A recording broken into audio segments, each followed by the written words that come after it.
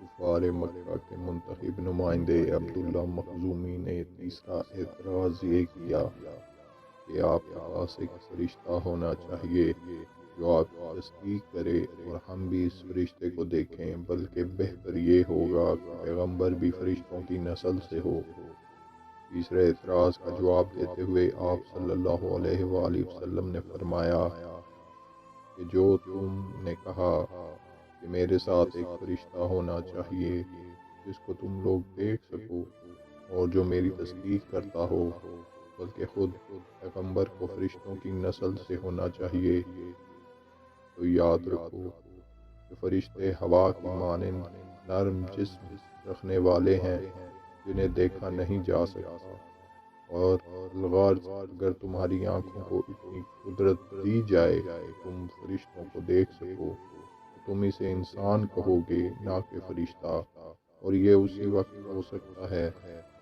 کہ وہ تم سے رابطہ کرے اور گفتگو کرے تاکہ تم اس کی باتوں اور مقاصد کو سمجھ سکو۔ اس کے علاوہ کس طرح معلوم ہو سکے گا کہ وہ فرشتہ ہے نہ کہ انسان، اور جو کہہ رہا ہے وہ حق ہے، اور خدا اپنے پیغمبروں کو ایسے معجزات کے ساتھ بھیجتا ہے جس سے دوسرے عاجز ہوں، اور یہی پیغمبر کی صداقت کی نشانی ہے۔ لیکن اگر فرشتہ معجزات دکھائے تو تم کس طرح تصدیق دے سکتے ہو کہ اس فرشتے نے جو معجزہ دکھلایا ہے دوسرے فرشتے اس کے انجام دہی سے قاصر ہیں؟ لہٰذا فرشتے کا معجزوں کے ساتھ نبوت کا دعویٰ اس کی نبوت پر دلالت نہیں کرتا، کیونکہ فرشتوں کا معجزہ پرندوں کی پرواز کی مانند ہے جس سے انسان عاجز ہیں، جبکہ خود فرشتوں کے درمیان یہ معجزہ شمار نہیں کیا جاتا۔ لیکن انسان کے درمیان اگر کوئی پرواز کرے تو وہ بھی معجزہ کہلائے گا، اور یہ بات ہرگز فراموش نہ کرنا، خداوند عالم کا پیغمبر کو انسانوں میں سے بنانا تمہارے ہی امور کی آسانی کے لیے ہے، تاکہ تم بغیر زحمت کے اس سے رابطہ حاصل کر سکو اور خدا کی حجت اور دلیل کو تم تک پہنچا سکے، حالانکہ تم لوگ اپنے اعتراضات کے ذریعے خود اپنے کاموں کو مشکل کر رہے ہو۔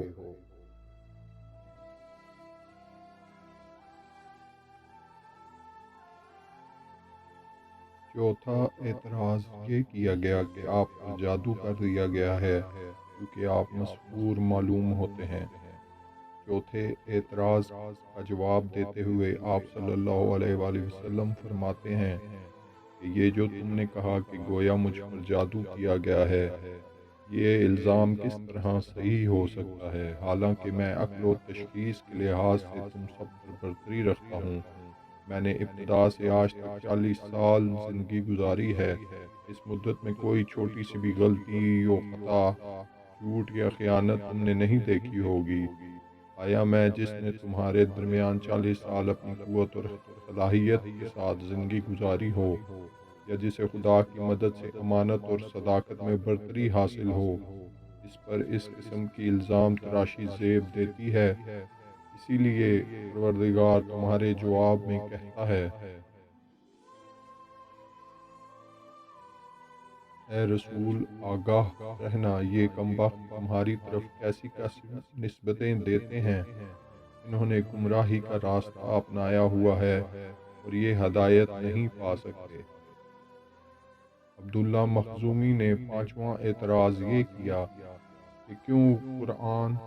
ولید بن مغیرہ مکی یا عروہ طائفی جیسی معروف شخصیات پر نازل نہیں ہوا۔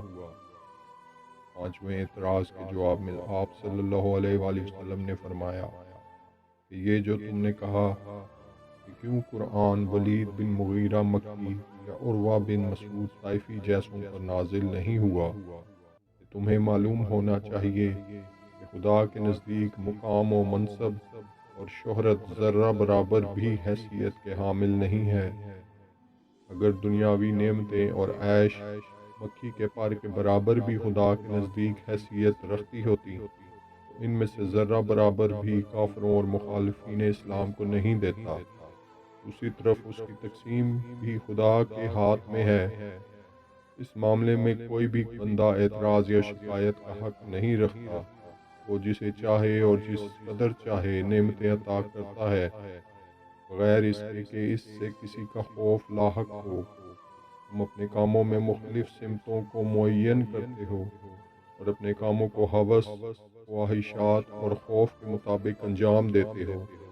اور حقیقت اور عدالت کے خلاف مخصوص افراد کے احترام میں غلطی کرتے ہو، جبکہ خدا کے کام عدالت اور حقیقت کے تحت ہوتے ہیں۔ دنیاوی مقام و مناسبت اس کے ارادہ اور خواہش میں معمولی سا اثر بھی نہیں رکھتے۔ یہ تم ہو جو اپنی سطحی اور ظاہری نظروں کی بنا پر پیغمبری کے لیے دولت مند اور مشہور لوگوں کو دوسروں سے زیادہ لائق سمجھتے ہو، لیکن خدا رسالت کو اخلاقی فضیلتوں اور روحانی لیاقت اور حقیقت اور اپنی فرما برداری اور اطاعت کی بنا پر قرار دیتا ہے۔ اس سے بھی بالا تر یہ کہ خدا نے کسی کو مال و متاع دیا مگر حسن و جمال نہیں دیا، اور برعکس کسی کو حسن و جمال دیا مگر مال نہیں دیا۔ کیا ان میں سے کوئی خدا پر اعتراض کر سکتا ہے؟